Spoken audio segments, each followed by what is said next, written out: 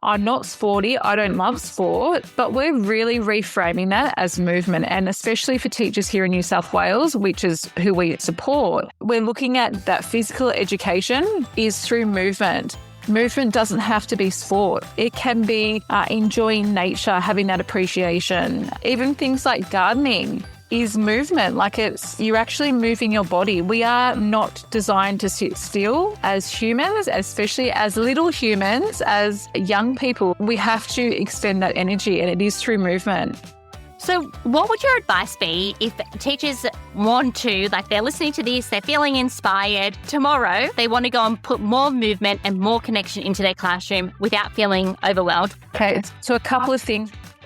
Rainbow Sky Creations acknowledges the traditional owners of the land we have recorded this podcast on, the Dharawal and Whadjuk Noongar people. We pay our respects to their elders past and present and extend that respect to all Aboriginal and Torres Strait Islander cultures.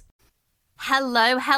Welcome back to Rainbow Skies for Teachers, or if you are brand new here, a warm welcome to you. Today's episode is going to be one about a topic that we really haven't spoken about before. One of our most popular, well, actually not one of, the most popular podcast episode of last year was our interview with Victoria Hackett all about learning outdoors and outdoor classrooms. Now, today's episode is also going to be talking about going outdoors, but we're going to be focusing on movement.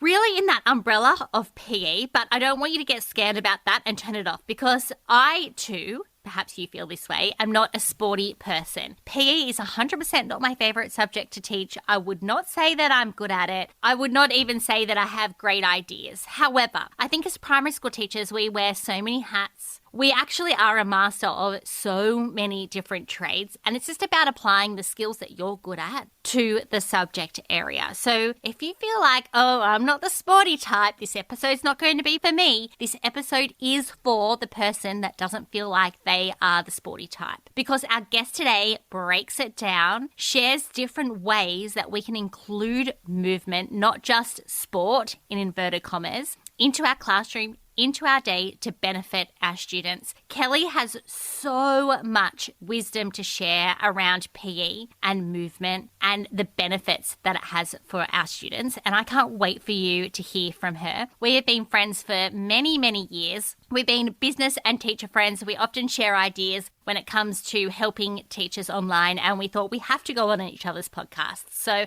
I've just been featured on her podcast and she's coming on ours, and she's got so much to share. So let's stop all of this chatting from me and jump into our interview with Kelly.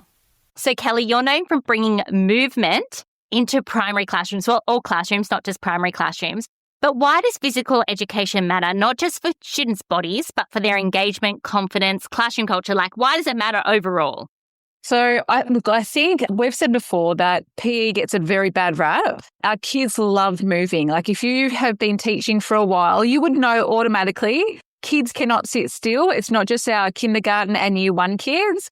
Even our high schoolers, they cannot sit still. We are a moving human machine, and our body needs to move. Our body needs to, get rid of that energy that we've pent up, or we've kind of just, sat there listening to our teacher, or, doing hard learning. Like when we're learning how to read as a kindergarten and year one and year two kid, it is hard. Our bodies need to kind of then go out and expend that energy somehow. And that's why movement, that's why PE actually is so important for our young kids and everyone. Like a lifelong physical activity is so important.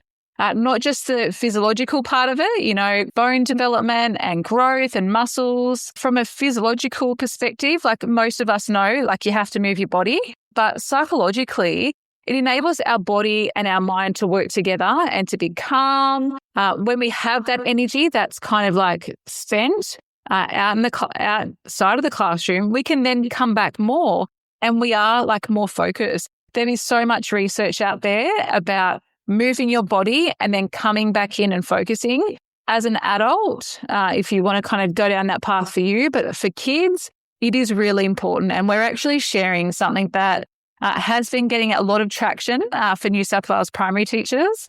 And I'm pretty sure it's going to resonate with all PDHPE, PE teachers across the globe, is having movement breaks in our class rather than brain breaks. And I don't know why that got traction. I think it's just maybe like reimagining it, reframing it, that doing PE doesn't have to look like going outside and having balls and bats and, everything else. It can actually be in the confines of our classroom, in our four walls. Absolutely. Some of our most popular episodes on this podcast have been about brain breaks. Every time we talk about brain breaks, I'm thinking about back to the ideas. They really are very movement-based. Yeah. We know that when kids move their bodies, it's calming their little nervous systems to then be ready to learn and do the next things. Plus, it's not natural just to sit all day and listen.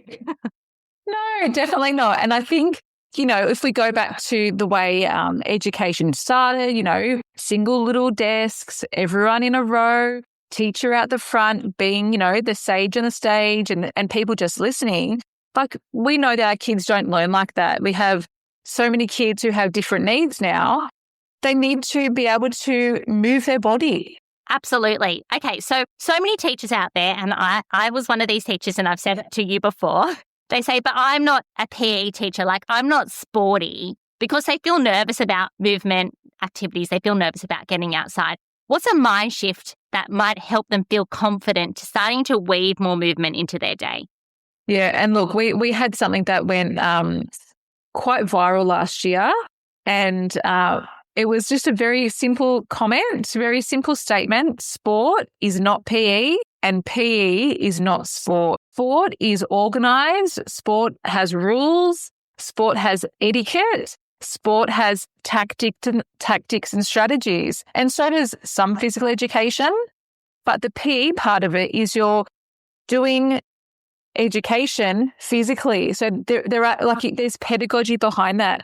And I think why a lot of primary teachers and even teachers outside of PE think that it is more difficult than what it needs to be is, I reckon it comes back to what our experience was as a student, like PE for us, I think sport for us, the language around it, and also our experience as a pre-service teacher at university. Like, we've spoken to a lot of primary school teachers over the last 12 to 18 months.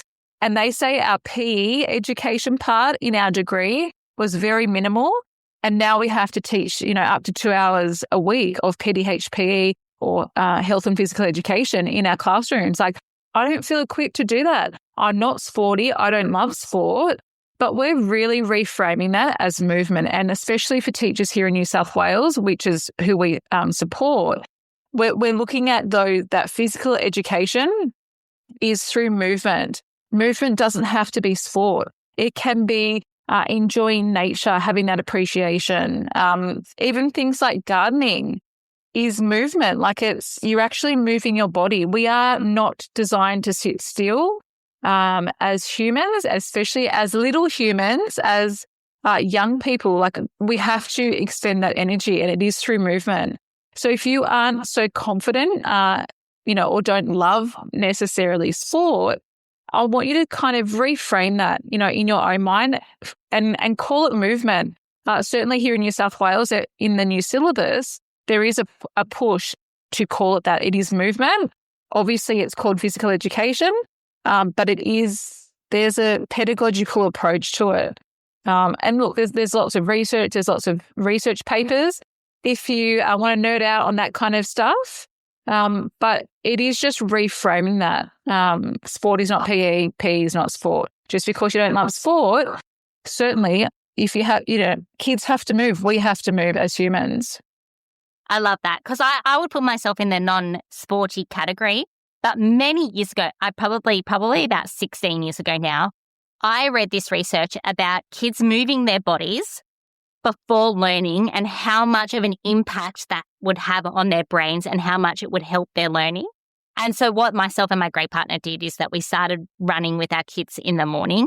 And it was only a little run. Like they had this like little patch, a little running thing, and we ran around it twice. It wasn't much. I could do it. I wasn't very fit at the time. But then we came into the classroom, and gosh, it was a great way to start the day. And they also got all of those energies and those sillies out, and they were just ready to focus. Yeah. So I really love that. Yeah. And I think those of us who have been around for a little while, I never taught it like this, that health hustles. Do you remember that? Like in that 70s and 80s? Yes. Well, I actually did it as a teacher too. We had a health hustle. Yeah. Like imagine if we went back to that, actually having a bit of movement in the morning. It doesn't take much. And that's a really big message that I'd love to share with your listeners is that movement doesn't have to be, this big organized orchestra of heaps of equipment. It can be very simple things in your classroom. It can be using things like Post-it notes or like little dots on your carpet. It can be getting the kids to do like a vertical jump up to the whiteboard. It can be getting the kids to, I think with transitions, like, when we go from doing one, a literacy block to our numeracy block, it might be getting the kids to transition from that. If we're just making them sit there for like 2 hours straight, if we say, okay, we're moving on to our maths block now, maybe putting a bit of music on. Music and movement always goes all together, dancing and moving, just being silly and fun. That then creates that good sense of kind of energy. And then the kids have that little break, that little movement break. Okay, we're now concentrating. We're now doing some deep learning. Let's get the energy out first. Let's come back. And using simple things in your class, just fun things in the classroom to really bring that movement to life is something that we're sharing. We're also saying that it's 5 minutes every single day. That equals 25 minutes of movement across your school week.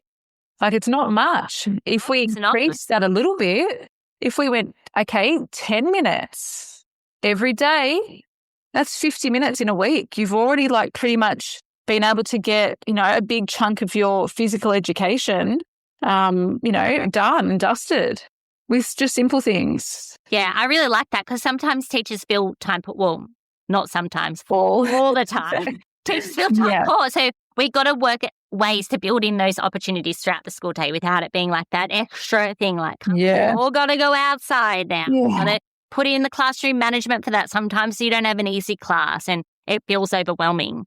Yeah. What about well-being? Because we know that being physical helps well-being. As adults, we know that. How can movement help support children's emotional regulation and maybe even teacher well-being? Yeah, great question. And I have a bit of a spin on this. We know a lot of primary school teachers and schools across Australia.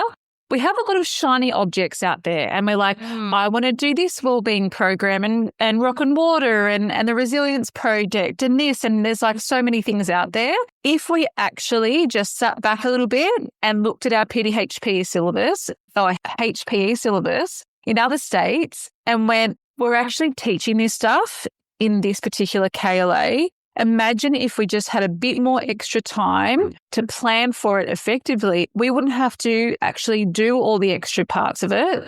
We could actually focus on our kids and actually incorporate physical education and PDHPE in New South Wales a bit better, a bit stronger if we just took the time or if we had access to resources that would save us that time.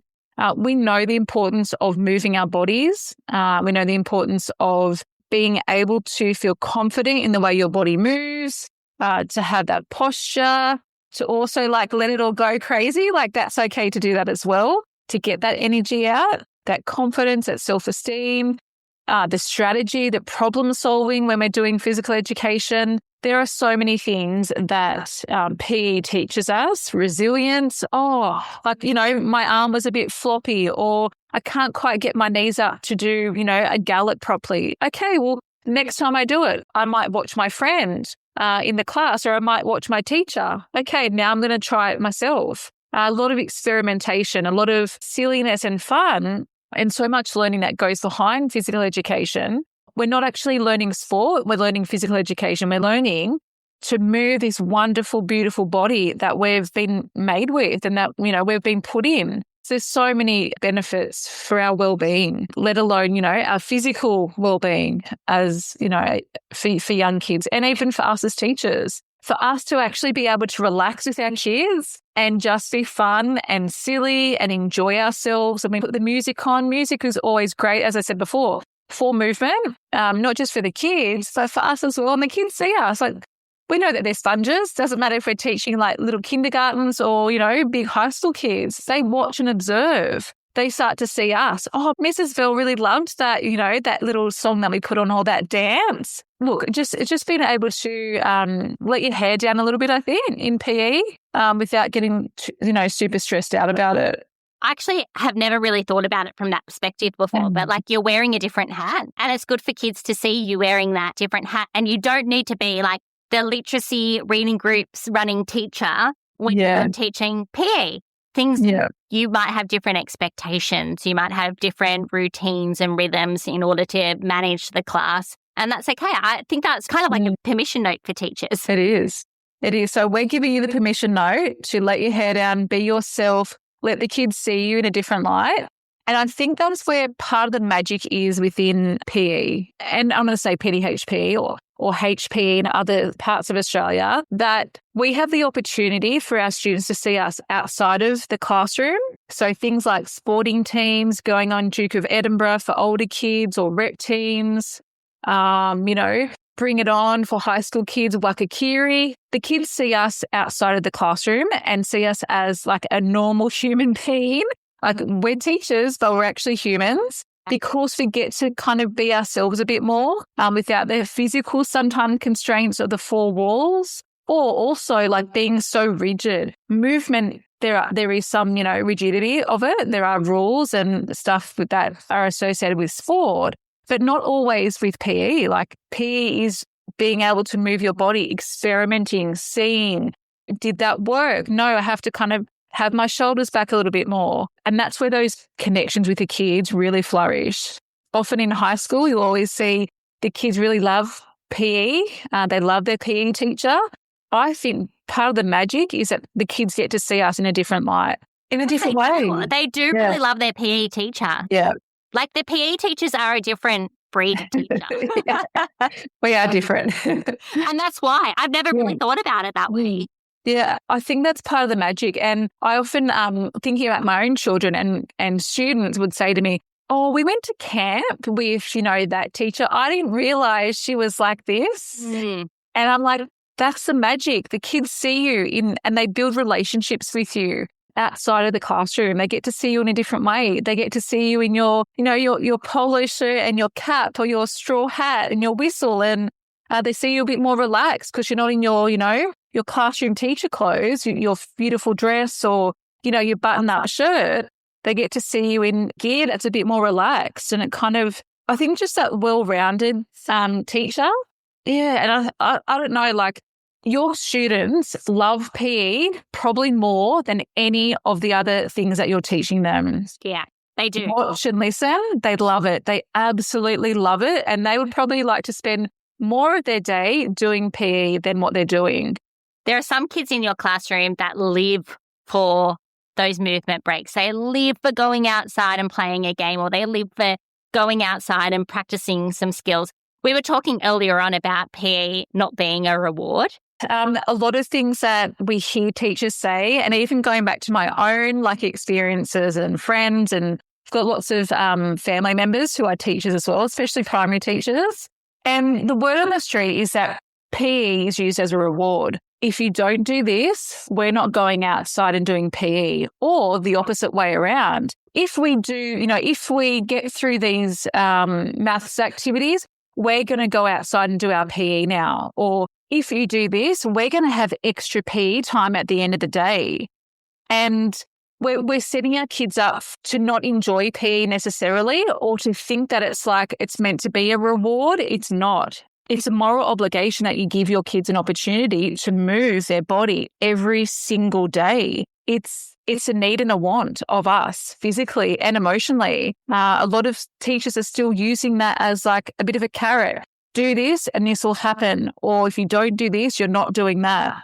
And look, as parents, I'm not perfect in any way, shape or form, but it's one of our rights, as a young person to be able to freely move. I think it's even in one of our, children's rights of the child. And I don't have these things on me right now, but I'm pretty sure there's one of those as we should be able to move our bodies. Try to take it out of your language because it just slipped in. It's not intentional, but maybe it's became something that we've said to our kids because they love it so much. You're like, well, what else am I going to use? Like, I'm going to use the biggest stick in the room. Like, PE is the most favorite thing. I'm going to, use that as either a reward or as a punishment. Especially with those kids that are the active kids that want it the most. And then that's when you use it as a reward. But you're right, they deserve to have that. And it's a part of the curriculum. It's a part of the syllabus. We have to do it. I've fallen into that trap too, everyone. So if you're feeling like, I feel bad, like I use that as a reward, that's okay. I've done it too. I've said, we finish everything, we get 20 minutes of extra time outside to play a game as a reward. But you're right that it's something that we need to include. The kids need to have the opportunities to move their bodies. The ones that we are often using it as a reward for are the ones that need it the most. Yes. Yeah, that's so true. So what would your advice be if teachers want to, like they're listening to this, they're feeling inspired tomorrow, they want to go and put more movement and more connection into their classroom without feeling overwhelmed? What would a tiny step be or a piece of advice to do that? Okay, so a couple of things, really easy ones that you can use. Look in your physical classroom. Some of us have green classrooms, we're lucky, but look in your four walls and look for things that you can already use. You don't have to go to the sports shed, to the PE storeroom. Just look for physical objects in your classroom. Things like Post-it notes can be used as little stepping stones in your class on the carpet. You might have some of your home readers in tubs. Those tubs can be used as little landmarks in your classroom. They could be used as bases that the kids might hop to in an activity. You might have some crazy crazy balls or some fidget toys or crazy chicken. Anything that's in your classroom that is tangible, maybe not pens or scissors or rulers, but anything that's physical, like a tangible object, could be used for movement in your class. And it's then going, okay, that's great, Kel, but I'm all out of ideas for that. Yeah. There are lots of resources out there that will help you with this. We have created some really fun Google slides for teachers. There's 164 activities. You'll have so many ideas. And we've created it as like a Google slide. We've got a visual, we've got some instructions. We've mapped it to the syllabus for our fundamental movement skills. And teachers can put that up in their classroom and go, okay, we're doing that very quick 2 to 3 4-minute activity that is going to be our movement break, either from one transition to the next or from one literacy block to numeracy block, whatever it is. But using your physical space and looking at how can we maximize this? Let's bring our classroom to life. If we've got some cushions in the corner, how can they be used as, maybe like you might play duck, duck, goose, and there's like a little person in the middle. Just be creative. Everyone is very creative as a primary teacher. I've never met any primary teacher who is so rigid. Imagine your classroom is like a big, whirlwind of movement. You have so many opportunities to help the kids be able to use that space.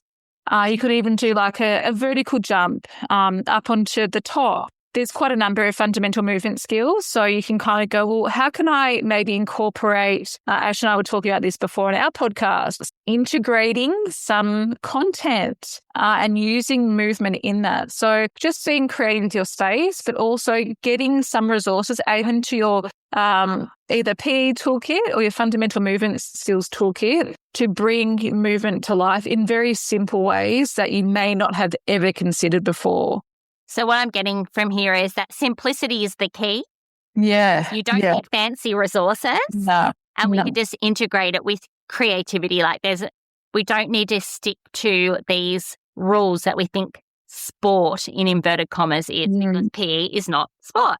Yes, exactly right. I love it. It's simple. And then you can go, okay, well, that's one activity. We've tried that. What else can I use in my classroom, or what else can I grab from the storeroom to then, bring back to class? It could be little bean bags. It could be some hula hoops. There's no OH&S issue with having a hula hoop in a classroom.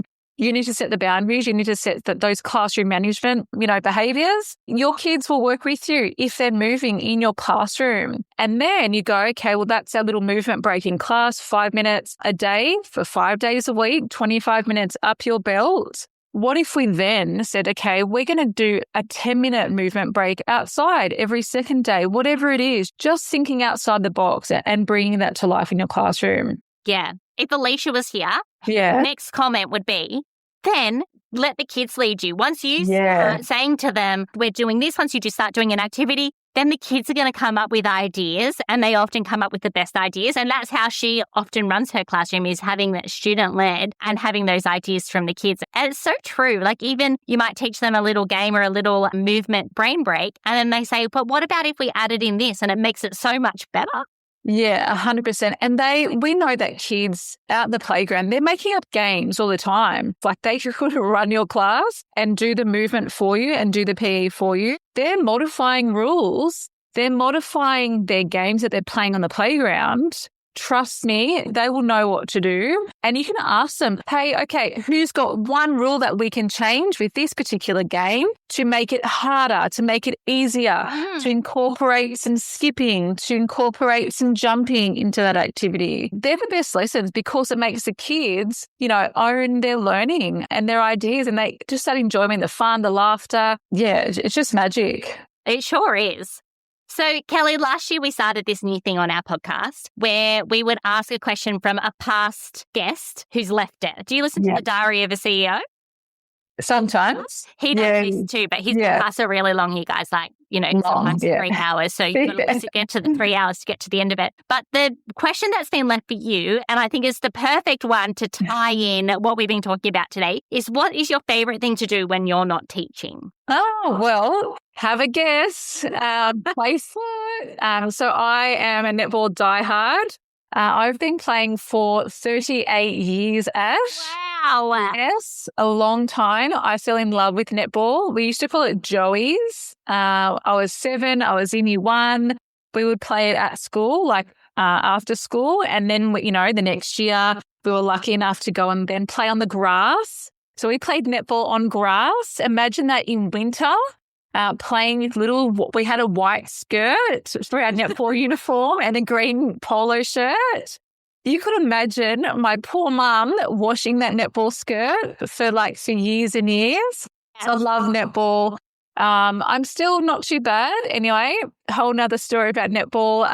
I've played pretty much most ball sports, but touch football is probably my second favourite.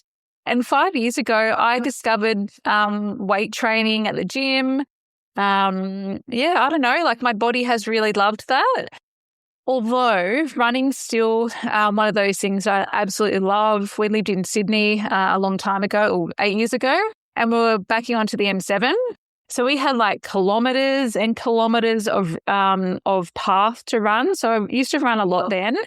But I'm training as a busy businesswoman and doing all the things, training for a marathon this year. Oh, wow. Yes. I have not really done a whole heap of training. My dad's 70 this year. My brother's 40 and I'm 45 this year. So we're going to run it together. So that's what I like to do outside of teaching and education. What an amazing goal. Yeah. Run a marathon. I can think of a whole heap of maths ideas that you could create a lesson out of that. Well, I think he's running a marathon. What does she need to work on? How many kilometers a day does she need to practice? Yeah. A lot of things. And look, because I've been lifting heavy weights at the gym, my body is not in its running era at all. I'm holding a bit of extra muscle, I think. But anyway, look, my head will get me there, but my body, I need to look after my body. Because 42 k's is a long bloody way. It's a long way. Almost a kilometre for almost every year of your life. Yeah, exactly. It's multiple like that. Yeah, it is. Kelly, before you go, can you tell us where listeners can connect with you and how they can work with you? Because you've got some amazing offers out there for primary school teachers that they probably don't know about. No. Look, you can find us on Instagram, so kellybell.coach. We have lots of free ideas and resources and tips and tricks for primary teachers just to incorporate a little bit more movement, a little bit more PE, of course, the PDH side of things as well. We actually have a fairly new membership that we started last year, supporting New South Wales primary teachers in PDHPE. We have a brand new syllabus, Teachers are, wearing all the hats. So our primary membership is full of resources. Like we are literally like giving them to you on a silver platter, anywhere from scope and sequences, done for you assessment tasks, rubrics, grids, checklists. We have a whole Google slide, like I mentioned, 164 ideas and activities that you can literally pop onto your smartboard or your projector, use in the classroom. It's not just the resources, though. It's actually support to implement PDHPE. So our membership includes the PL that you need after hours, so 2 master classes a term, and then, access to our primary mentor. Lyndall is amazing. She is a primary teacher.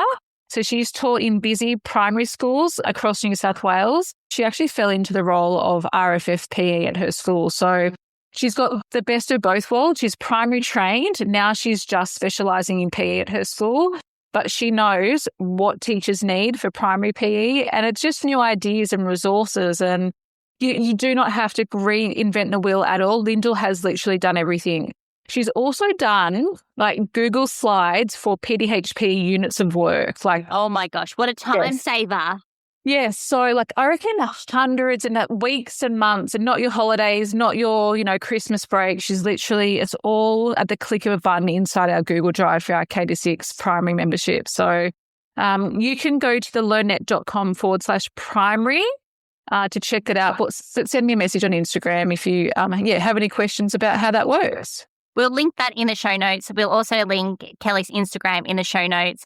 And also you've got a system set up where if teachers need this or they want it for their classroom, they can actually ask their principals and schools can pay. Is that right? Yeah. So we have school memberships. Teachers shouldn't be spending their own personal financial finances on funding this. So all of it is for your school. Schools are in our membership, and it's just one of those things that you don't have time to do everything. Imagine the time that we could give back to you, and you go, okay, well, we know that literacy and numeracy is pushed so much. We're going to take that time back, from the PE side of things. We've got our good quality resources like that have been tried and tested for a number of years inside the membership. You don't have to second guess it. It's like, yeah, done. Kel and Lyndall, all of it's ready for you.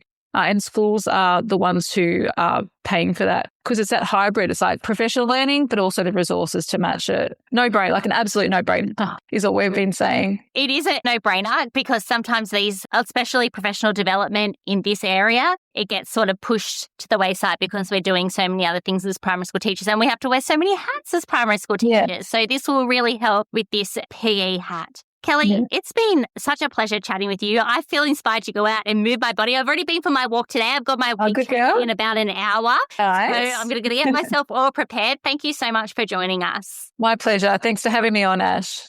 One of my main takeaways from our chat with Kelly is that sport is not PE and PE is not sport. And at the very beginning of this episode, I said, I'm not the sporty type. You too may be nodding your head saying, neither am I. But they're two different things. And I really like how Kelly broke that down. And a lot of the things that she said, I was like, oh, that wouldn't be too hard in the classroom. I've got those skills. I know how to create movement breaks. I know how to create games that get kids to move their bodies. And I bet you're feeling the same way too. And sometimes just that validation can have such an impact on us as teachers. Thank you so much for choosing to listen to our podcast. Any teacher that chooses a podcast like this one that betters themselves as a teacher is an absolute legend in my eyes. Thank you also to Kelly for sharing all of your knowledge and all of your information with such openness and honesty. We really, really appreciate it here. We are going to be back here same time next week talking about something completely different. So we will see you next Monday. But until then, you know the drill. There are rainbows ahead, my friend. And together, we're unstoppable.